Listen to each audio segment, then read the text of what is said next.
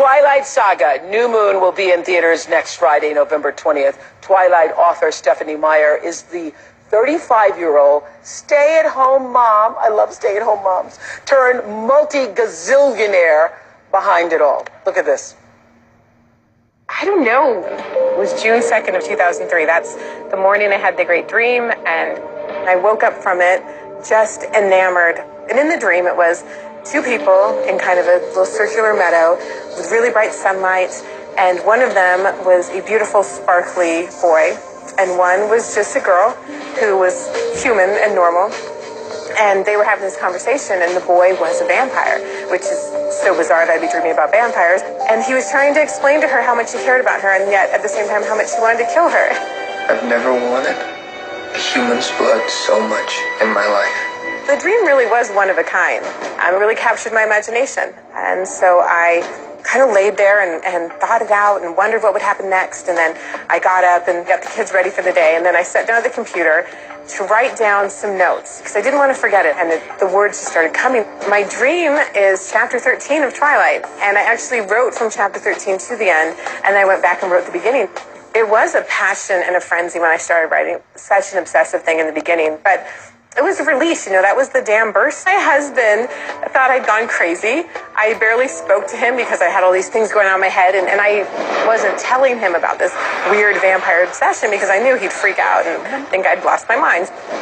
By the time Twilight came out, the story came to her in a dream, but listen to this. Stephanie had never even written so much as a short story before writing Twilight. Just incredible. Come on out, Stephanie Meyer! So, were you a person who journaled or? No, and I have a hard time writing about myself. People who don't exist, I can write for hours, but for myself, it's like, I just never know what to say. So you've never written a short story? You didn't want to be a writer? No, I studied literature, and I love to read, but writing to me seemed, well, first of all, everyone knows you can't make a living at writing, right? So why do something that's so impractical? And then, it seems kind of presumptuous to me, like that anyone else would want to read the things that are in my head. I never thought of it that way. And so how old were your children at the time? Eli was 1, Seth was 2, almost 3, and Gabe was 5. Wow. They were so little. This was 6 years ago before, before you hit the big time. And at the time when you started writing it, then did you think, okay, maybe it will be a book? I didn't think about that until it was finished, because in my head this was not something that I was going to finish. It wasn't a book in my head. It was you were just cataloging the dreams. Right. Well, I did the dream, and then I wanted to see what would happen to them. It was just me spending time with this fantasy world. And when it was finished, it was like, this is long enough to be a book, even. Wow. Now I read everything except for horror. That was the one genre I just knew I was too chicken for. So I don't know how they got in my head, because I really wasn't thinking about vampires at the time. So when this hit, when, it obviously, went to the best, I noticed it at first because every week I read, the first thing I read out of the New York Times is the book section. And I would go to the bestseller page, and I kept noticing it on the bestseller. And I'm like, what is that? What is that? And then I went to my school. I have a school in Africa, and all my girls were reading it. And one of I call them my daughters, said to me, Mom Oprah, you should try it because it's delicious reading.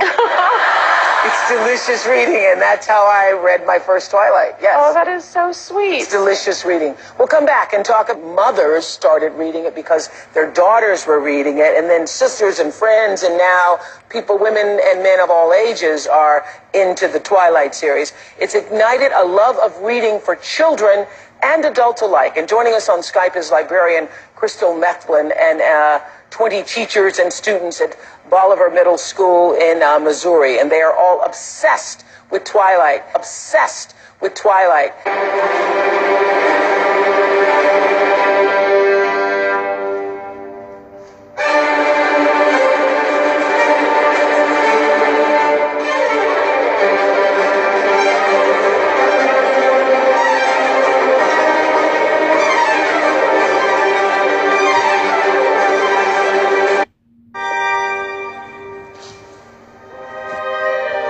Rowling's books and the subsequent movies based upon her books have helped initiate countless children into different forms of occult ideology.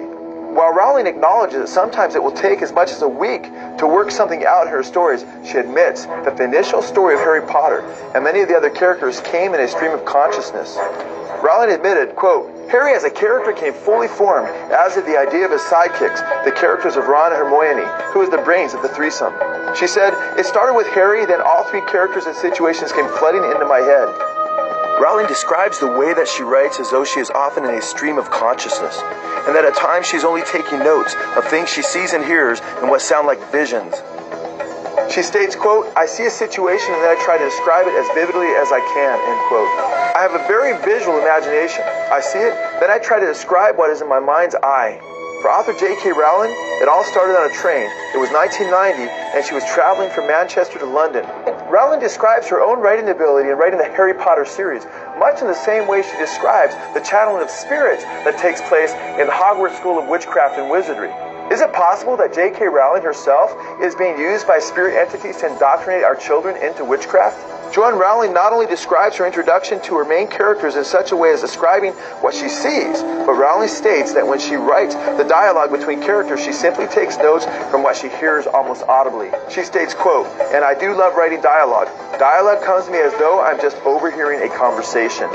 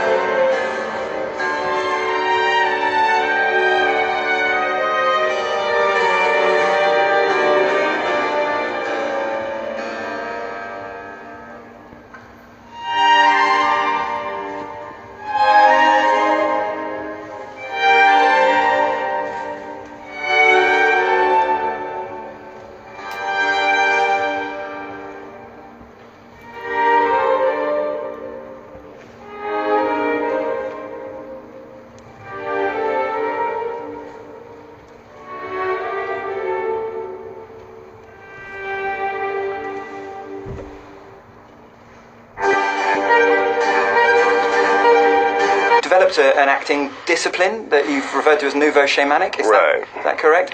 Yeah. What are the core principles? I've been told that all actors really hail from the early medicine men and the shamans in the villages pre-Christianity, where they would put on masks and act out, and really they were probably pretty crazy, but they would go in and find answers to questions.